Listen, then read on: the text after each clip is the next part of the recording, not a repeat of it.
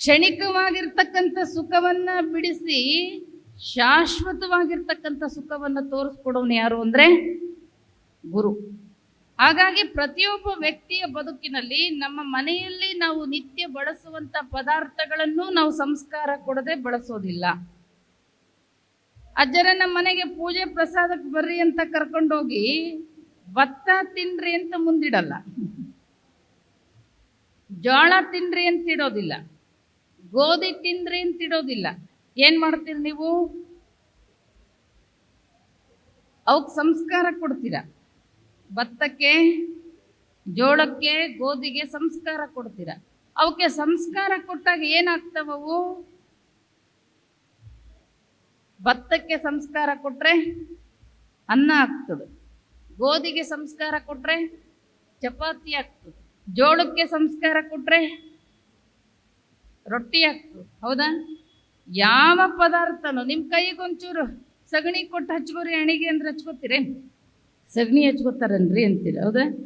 ಅದೇ ಸಗಣಿಗೆ ಸಂಸ್ಕಾರ ಕೊಟ್ರೆ ಏನಾಗ್ತದದು? ವಿಭೂತಿ ಆಗ್ತದೆ.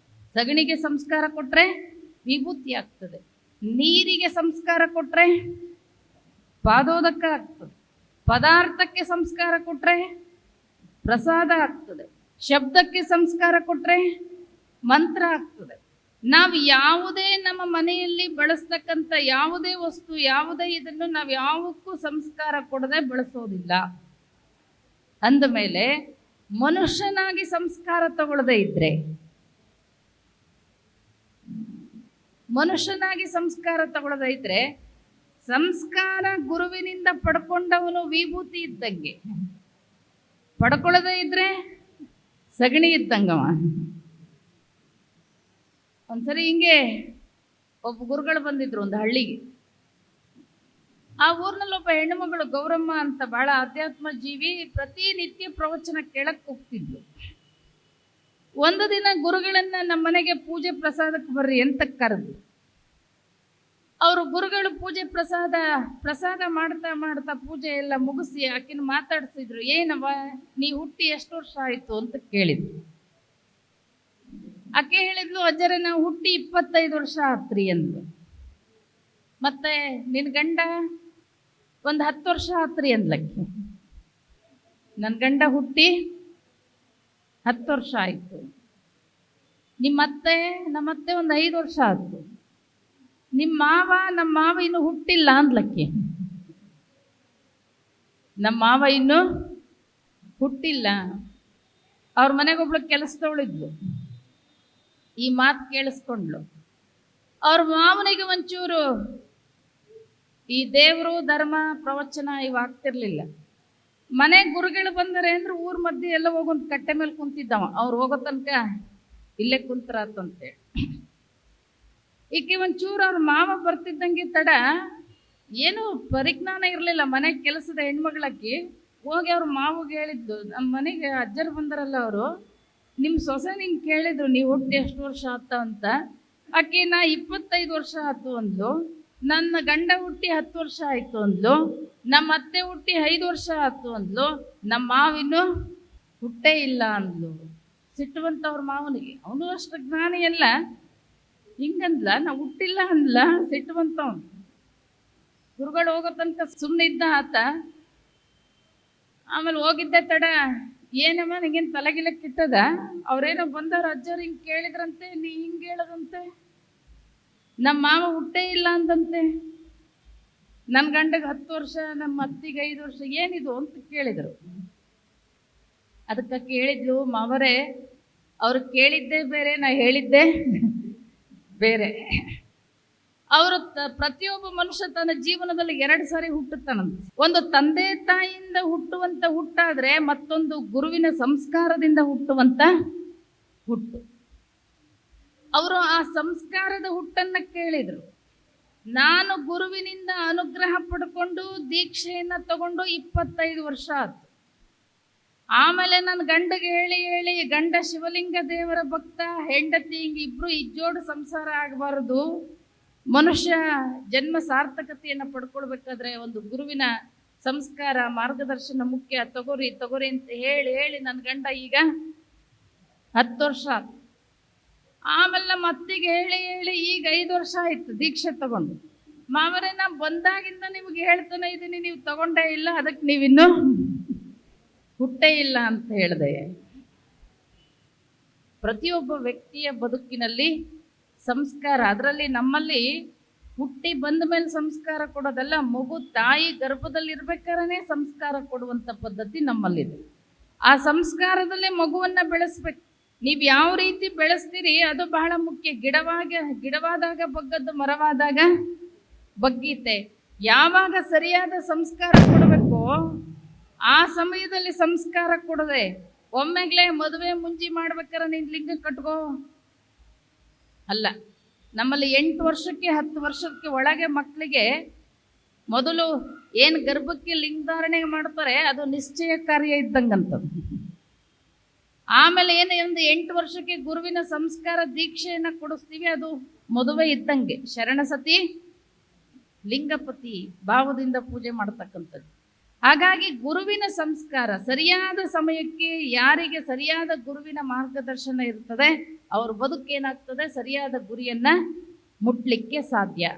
ಆ ಸರಿಯಾದ ಗುರುವಿನ ಮಾರ್ಗದರ್ಶನ ಇಲ್ಲದೆ ಇದ್ದರೆ, ಆದ್ರೆ ನಾನು ಹೇಳಿದ ಇಷ್ಟೇ ನಿಮಗೆ, ನೀವು ಮಾರ್ಗದರ್ಶನ ಮಾಡುವಂಥ ಗುರು ಯೋಗ್ಯನಾಗಿರಬೇಕು.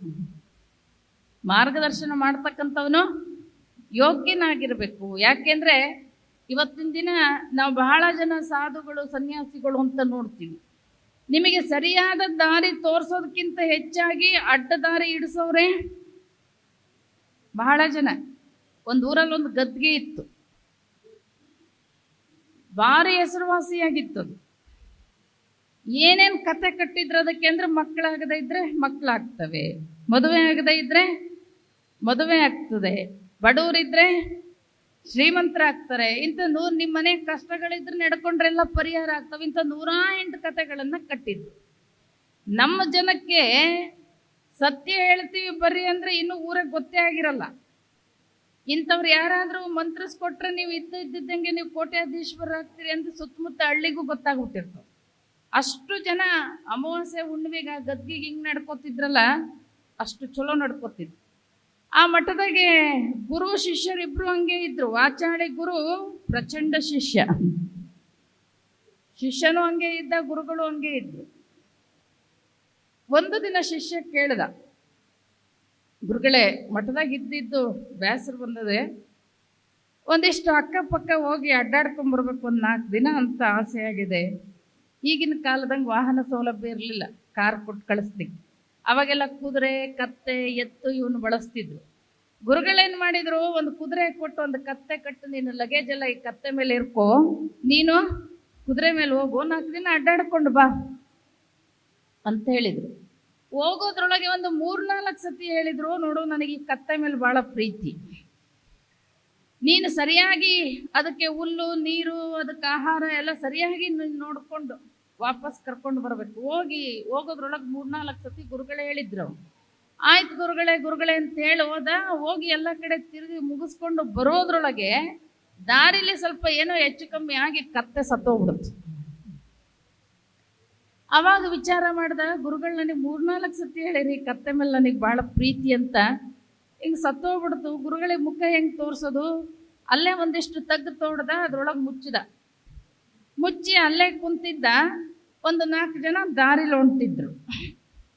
ಅವರು ಸ್ವಲ್ಪ ಬಟ್ಟೆ ಗಿಟ್ಟೆ ಎಲ್ಲ ವಿಭೂತಿ ಕೊರಳ ರುದ್ರಾಕ್ಷಿ ಇವನ್ನೆಲ್ಲ ನೋಡಿ ಮಾತಾಡ್ಸಿದ್ರು. ಏನ್ರಿ ಗುರುಗಳಿದ್ದಂಗಿದ್ರಿ, ಇಲ್ಲೇ ಹಾಕೋತೀರಿ ಅಂತ ಕೇಳಿದ್ರು.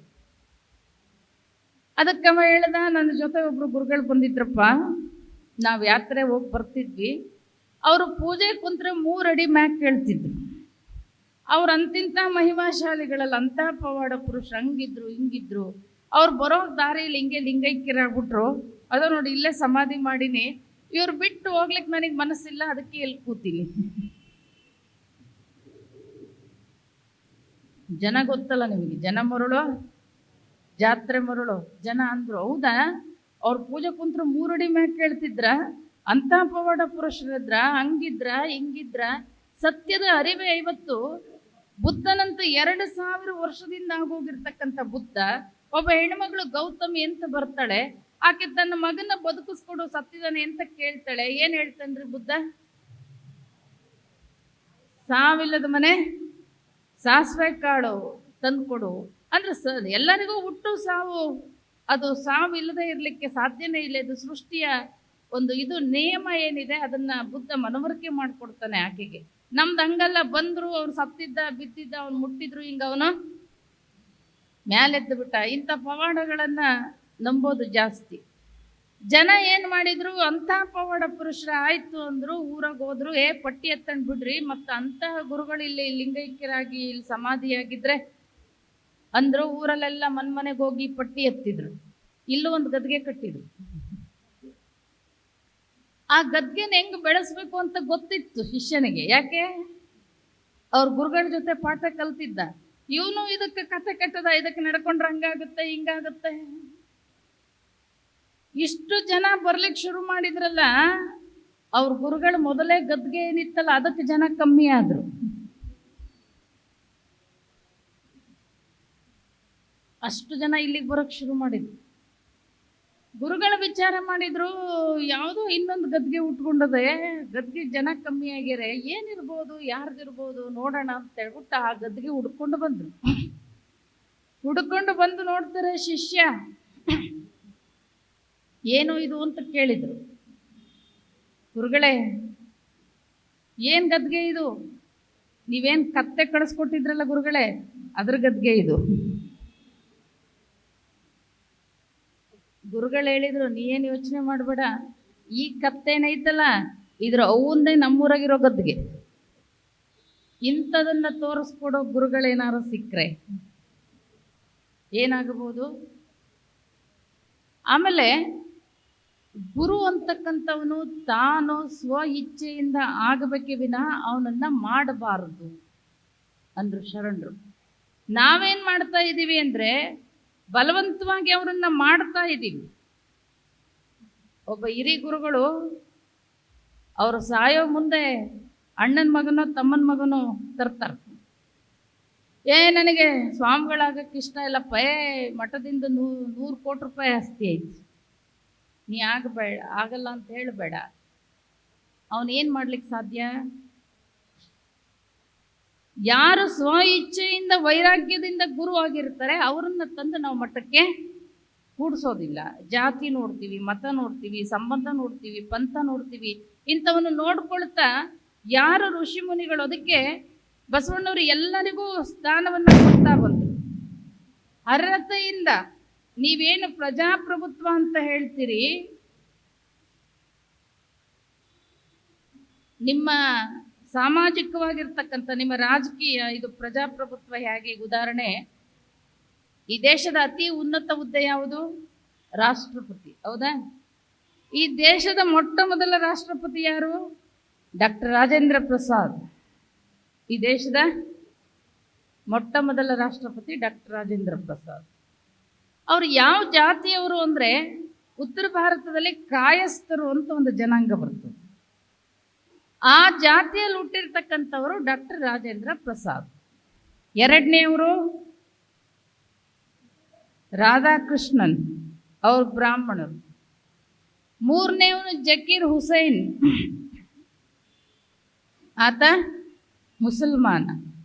ಇದನ್ನು ಯಾಕೆ ಹೇಳಿದೆ ಅಂದರೆ ಡಾಕ್ಟರ್ ರಾಜೇಂದ್ರ ಪ್ರಸಾದ್ ಅವರ ಸಂಬಂಧಿಕನು, ಅವ್ರ ಬಂಧು ಬಳಗನು ಅಥವಾ ಅವ್ರ ಜಾತಿಯವನು ಮುಂದೆ ರಾಷ್ಟ್ರಪತಿ ಆಗಲಿಲ್ಲ. ಎರಡನೇವನು ಯಾರು? ಬ್ರಾಹ್ಮಣ. ರಾಧಾಕೃಷ್ಣನ್ ಅವರ ಸಂಬಂಧಿಕನು, ಅವ್ರ ಜಾತಿಯವನು, ಅವ್ರ ಅಣ್ಣನ ಮಗ ತಮ್ಮನ ಮಗ ಮುಂದಾಗಲಿಲ್ಲ.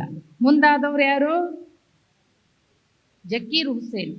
ಯಾರು ಬೇಕಾದರೂ ಆಗಬಹುದು, ಅವನಿಗೆ ರಾಷ್ಟ್ರಪತಿ ಆಗುವಂತ ಅರ್ಹತೆ, ಆ ಯೋಗ್ಯತೆ, ಆ ಗುಣಗಳು ಆತನಲ್ಲಿ ಇರಬೇಕು. ಅವನು ಯಾವ ಜಾತಿಗಾರ ಹುಟ್ಟಿರ್ಬೋದು, ಅವನು ಯಾವ ಜಾತಿಗಾದ್ರೂ ಹುಟ್ಟಿರ್ಬೋದು. ಹಾಗೆ ಗುರು ಅನ್ನೋದು ಅಷ್ಟೇ. ಗುರು ಅನ್ನುವಂಥ ಶಬ್ದನು ಯಾವ ಜಾತಿಯವನಾದರೂ ಆಗ್ಬೋದು. ಗುರು ಆಗುವಂಥ ಅರ್ಹತೆ ಆತನಲ್ಲಿ ಇರಬೇಕು, ಆ ಲಕ್ಷಣಗಳು ಆತನಲ್ಲಿ ಇರಬೇಕು, ಆ ಯೋಗ್ಯತೆ ಆತನಲ್ಲಿ ಇರಬೇಕು. ಬಸವಣ್ಣನವರು ಮಾಡಿದ ಶೂನ್ಯ ಪೀಠಕ್ಕೆ ಮೊಟ್ಟ ಮೊದಲನೇ ಅಧ್ಯಕ್ಷರು ಯಾರು?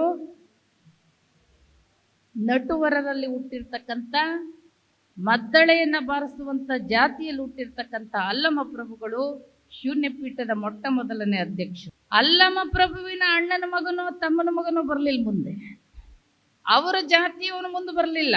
ಮುಂದೆ ಬಂದವರು ಯಾರು? ಚನ್ನಬಸವಣ್ಣ, ಬ್ರಾಹ್ಮಣರಲ್ಲಿ ಹುಟ್ಟಿರ್ತಕ್ಕಂಥವ್ರು. ಚನ್ನಬಸವಣ್ಣನವರ ಜಾತಿಯವನು ಬಂದು ಬೆಳಗದವನು ಮುಂದೆ ಬರಲಿಲ್ಲ. ಮುಂದೆ ಬಂದವರು ಸಿದ್ದರಾಮೇಶ್ವರರು, ಕುಡುವಕ್ಕಲಿಗರು. ಯಾರೇ ಆಗಿರಬಹುದು, ಆತ ಆ ಸ್ಥಾನದಲ್ಲಿ ಕೂಡುವಂತ ಅರ್ಹತೆ ಇರಬೇಕು. ಅದು ಜಾತಿಯಿಂದ ಅಲ್ಲ. ನೀವು ಜಾತಿಯಿಂದ ಇಂಥ ಕೆಳಜಾತಿಯವನ್ನೆಲ್ಲ ಬಸವಣ್ಣ ಹಿಂಗ ಮೇಲೆ ಕೂಡಿಸ್ತಾ ಇದ್ದಾನೆ ಅಂತ ಕೇಳಿದಾಗ ಅದಕ್ಕೆ ಬಸವಣ್ಣವ್ರು ಕೇಳಿದ್ರು, ನೀವು ಇವ್ರನ್ನೆಲ್ಲ ಕೆಳಜಾತಿ ಅಂತ ಕರೆಯೋದಾದ್ರೆ, ಇವರನ್ನೆಲ್ಲ ಕೀಳು ಅಂತ ಕರೆಯೋದಾದ್ರೆ, ನೀವೇನು ನಿಮ್ಮ ಸನಾತನ ಧರ್ಮದ ಆದಿಗುರುಗಳು ಸಪ್ತ ಋಷಿಗಳು ಅಂತೆಲ್ಲ ಕರಿತೀರಲ್ಲ, ಅವರೆಲ್ಲ ಯಾವ ಜಾತಿಯವರು ಅಂತ ಕೇಳ್ತಾರೆ ಬಸವಣ್ಣ. ಯಾವ ಜಾತಿಯವರು ಇವರು? ವ್ಯಾಸ ಬೋಯಿತಿಯ ಮಗ, ಅಂಬಿಗರ. ಬೋಯಿತಿ ಅಂದ್ರೆ ಅಂಬಿಗರ ಮಗ. ವ್ಯಾಸ ಬೋಯಿತಿಯ ಮಗ, ಮಾರ್ಕಂಡೆಯ ಮಾತಂಗಿಯ ಮಗ, ಮಂಡೋದರಿ ಕಪ್ಪಯ್ಯ ಮಗಳು, ಕುಲವ ನರಸದಿರಿಂಬೋ, ಸಾಕ್ಷಾತ್ ಅಗಸ್ತ್ಯ ಕಬ್ಬಿಲ, ದುರ್ವಾಸ ಮಚ್ಚಿಗ, ಕಶ್ಯಪ ಕಮ್ಮಾರ, ಕೌಂಡಿಲ್ಯ ಕ್ಷೌರಿಕ, ವಶಿಷ್ಠ ಒಬ್ಬ ವೇಶ್ಯ ಮಗ. ನೀವೆಲ್ಲ ಏನಂತೀರ ಅವ್ರನ್ನು?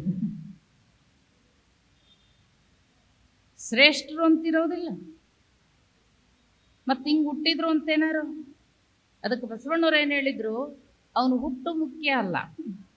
ನೀವು ಶ್ರೇಷ್ಠ ಜಾತಿಯಲ್ಲೇ ಹುಟ್ಟಿ ಮಾಡಬಾರದನ್ನು ಮಾಡಿದ್ರೆ ಅವನ ಹೆಂಗ್ ಶ್ರೇಷ್ಠ ಅಂತ ಕರೀಲಿಕ್ಕೆ ಸಾಧ್ಯ?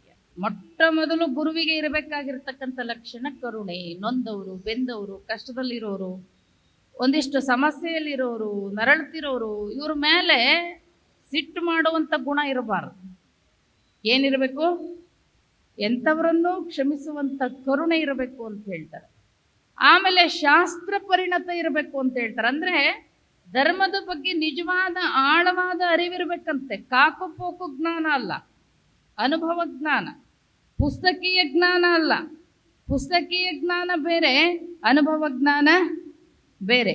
ನಿಮಗೇನಾರು ಅನುಭವ ಜ್ಞಾನ ಇಲ್ಲದೆ ಬರೀ ಪುಸ್ತಕೀಯ ಜ್ಞಾನ ಇತ್ತು ಅಂದ್ರೆ, ಒಬ್ಬ ಹುಡುಗಿ PUC ಓದ್ತಿದ್ಲು, ಒಬ್ಬ ನೋಡ್ಲಿಕ್ಕೆ ಬಂದ್ರು, ಒಬ್ಬ ಡಾಕ್ಟರ್ ಇಂಜಿನಿಯರ್ ನೋಡ್ಲಿಕ್ಕೆ ಬಂದ್ರು.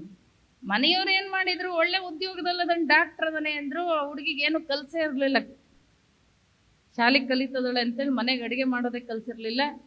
ಏನ್ ಮಾಡಿದ್ರು, ಮದುವೆ ಮಾಡಿಕೊಟ್ರು. ಗಂಡನ ಮನೆಗೆ ಹೋದ್ಮೇಲೆ ಅಡುಗೆ ಮಾಡ್ಬೇಕಲ್ಲಿಕ್ಕೆ, ಅಡುಗೆ ಮಾಡೋದು ಕಲ್ತಿರ್ಲಿಲ್ಲ. ಹೋಗೊಂದು ಅಡುಗೆ ಮಾಡೋ ಪುಸ್ತಕ ತಂದ್ಲು, ಅಂಗಡಿಗೆ ಸಿಗ್ತಾವಲ್ಲ, ತಗೊಂಬಂದ್ಲು. ಅದನ್ನು ತೆಗೆದು ನೋಡಿದ್ಲು, ಸಾರು ಮಾಡಬೇಕಾಗಿತ್ತು. ಅದ್ರೊಳಗೆ ಹೇಳಿತ್ತು, ಇಷ್ಟು ಬೇಳೆ ಹಾಕ್ರಿ, 100 ಗ್ರಾಮ್ ಬೇಳೆ ಹಾಕ್ರಿ ಅಂದಿತ್ತು. ಅಕ್ಕಿ ಏನು ಮಾಡಿದ್ಲು, 100 ಗ್ರಾಮ್ ಬೇಳೆ ಹಾಕಿದ್ಲು. 1 ಚಮಚ ಖಾರ, 1 ಚಮಚ ಹಿಂಗೆ ಹೇಳಿತ್ತು. ಅದ್ರೊಳಗೆ ಅದನ್ನೆಲ್ಲ ಹಾಕಿದ್ಲು, ಸಾರೇ ಆಗಿರಲಿಲ್ಲ. ಯಾಕೆ ಸಾರಾಗಿರ್ಲಿಲ್ಲ ಅಂದರೆ, ಪುಸ್ತಕದಾಗ ಒಲೆ ಹಚ್ಚಕ್ಕೆ ಕೇಳಿರಲಿಲ್ಲ, ಈಕೆ ಒಲೆ ಹಚ್ಚಿರಲಿಲ್ಲ. ಪುಸ್ತಕೀಯ ಜ್ಞಾನ ಇತ್ತು, ಅನುಭವ ಜ್ಞಾನ ಇರಲಿಲ್ಲ ಅಂದರೆ ಹಿಂಗಾಗ್ತು. ಹಾಗಾಗಿ ಗುರುವಿನಲ್ಲಿ ಏನಿರಬೇಕು ಅಂತಾರೆ ನಿಜಗುಣ ಶಿವಯೋಗಿಗಳು ಅಂದರೆ, ಅನುಭವ ಜ್ಞಾನ ಇರಬೇಕಂತೆ. ಏನಿರಬೇಕು? ಅನುಭವ ಜ್ಞಾನ, ಜ್ಞಾನ ಇರಬೇಕು. ಆಮೇಲೆ ಸುಮಕುತ್ವ, ಯಾವಾಗಲೂ ಪ್ರಸನ್ನನಾಗಿರ್ಬೇಕಂತೆ. ಗುರು ಹೆಂಗಿರ್ಬೇಕಂತೆ? ಪ್ರಸನ್ನನಾಗಿರ್ಬೇಕಂತೆ. ತಾನೇ ದುಃಖದಲ್ಲಿದ್ದ, ತಾನೇ ಯಾವಾಗಲೂ ಗಂಟು ಮುಖ ಹಾಕ್ಕೊಂಡಿದ್ದ ಅಂದರೆ ಜನಗಳಿಗೆ ಹೇಳೋದೇನು, ಅವರನ್ನು ತಿದ್ದೋದೇನು? ಯಾವಾಗಲೂ ಪ್ರಸನ್ನ ಅಂದರೆ ಯಾರೋ ಅದಷ್ಟೇ. ನೀವು ಯಾವಾಗ ನಗ್ತಾ ಯಾರು ಇರ್ತಾರೆ, ರೋಗಗಳು ಕಮ್ಮಿ ಇರ್ತಾವಂತ. ಯಾವಾಗಲೂ ಗಂಟು ಮೋರಿ ಹಾಕ್ಕೊಂಡಿದ್ರೆ ರೋಗಗಳವರಿಗೆ ಜಾಸ್ತಿ ಇರ್ಬೇಕು. ನೀವೇನಾರು ಗಂಟು ಮೂತಿ ಹಾಕ್ಕೊಂಡವರು, ಸರಿಯಾಗಿ ಪ್ರವಚನ ಕೇಳದೇ ಇದ್ದವರು ಎದುರಿ ಕೂತ್ಕೊಂಡ್ರೆ ನೀವೆಂಥ ಪ್ರವಚನಕಾರ ಇದ್ರು ಪ್ರವಚನ ಹೇಳಕ್ ಬರಲ್ಲ. ಎದುರಿಗೆ ರೆಸ್ಪಾನ್ಸ್ ಕೊಡ್ತಿದ್ರು ಸರಿ, ಅದು ಇಲ್ಲದೇ ಇದ್ರೆ ಸುಮಕುತ್ವ, ಸತ್ಕಲೆ. ತಾನೂ ತಿಳಿದಿರ್ಬೇಕಂತೆ, ಮತ್ತೊಬ್ಬರಿಗೂ ತಿಳಿಸೋ ಶಕ್ತಿ ಗುರುವಿನಲ್ಲಿರ್ಬೇಕಂತೆ. ನಿಸ್ವಾರ್ಥ, ಸ್ವಾರ್ಥಿಯಾಗಿರಬಾರ್ದಂತೆ. ಆಮೇಲೆ ಸದ್ಗುಣ, ಸದ್ಗುಣಗಳ ಮೌಲ್ಯ ಆಗರ ಆಗಿರಬೇಕಂತೆ ಗುರು. ಈ ಎಲ್ಲ ಗುಣಗಳನ್ನ ನಿಜಗುಣ ಶಿವಯೋಗಿಗಳೇ ಹೇಳ್ತಾ ಇರ್ತಾರೆ. ಅಂತಹ ಒಬ್ಬ ಯೋಗ್ಯ, ಸರಿಯಾದ ತಿಳುವಳಿಕೆ ಇರತಕ್ಕಂಥವನು, ಅನುಭವಿಯಾಗಿರ್ತಕ್ಕಂಥ ಗುರು ಪ್ರತಿಯೊಬ್ಬ ವ್ಯಕ್ತಿಯ ಬದುಕಿನಲ್ಲಿ ಬಹಳ ಮುಖ್ಯವಾಗಿ ಬೇಕಾಗಿರ್ತಕ್ಕಂಥವನು. ಪ್ರತಿಯೊಬ್ಬನ ಬದುಕಿಗೂ ಗುರು ಅತ್ಯಂತ ಅವಶ್ಯಕ. ಗುರುವಿನ ಗುಲಾಮನಾಗದ ತನಕ ದೊರೆಯದಣ್ಣ ಮುಕುತಿ ಅಂತ ಹೇಳ್ತಾರೆ. ಗುರು ಬೇಕೇ ಬೇಕು.